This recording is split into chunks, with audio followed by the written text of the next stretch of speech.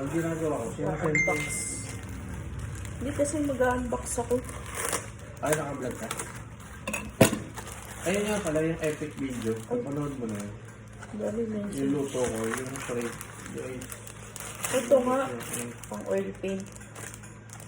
Oil paint pencil Sila set. naman yung instruction dyan ba? Baka may makatulong. Ayun o, may brush guide. Pero naman may brush guide. Tinitignan mo rin paminsan yan.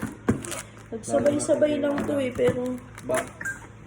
ano? Yung tanong ko sa'yo, yung mga guide ba? Tinitignan mo. Yes. Titignan ko naman.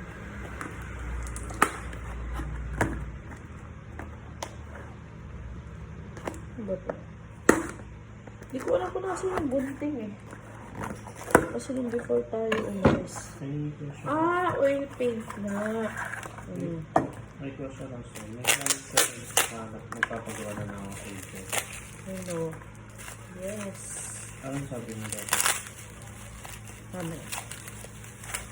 Mamaya natin pag-usapan.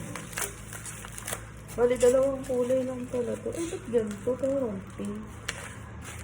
Ito parang oxide. Pero rosher na. Parang pink. So, pang oil pink pa din. Itong isa. Sarap siya ba? Sarap. Palette. Sarap. Yung sa'yo naligaw mo na honey. Yes. Taste mo. Pero, mapait pa din yan kasi ano. Black na lang.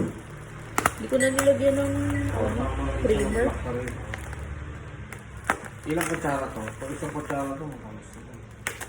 Hindi. Inano ko lang. Inansya-tansya ko lang. Kasi nga, ay sorry. Perfect na siya. Sobrang sticky kasi nung honey. Perfect na to sa lasa ng block. Maganda rin to. Konting pa eh. Namumog mo ata yung table. Feeling ko. Bakit nagmug yung camera? Hindi ko po alam.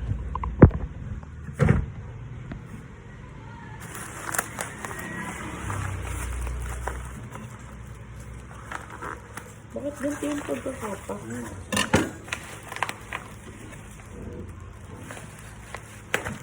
Ba, next time, huwag mo na maalala yung original na first ng honey. Baka biglang siya magtaas. Alam niya sa sarili niya.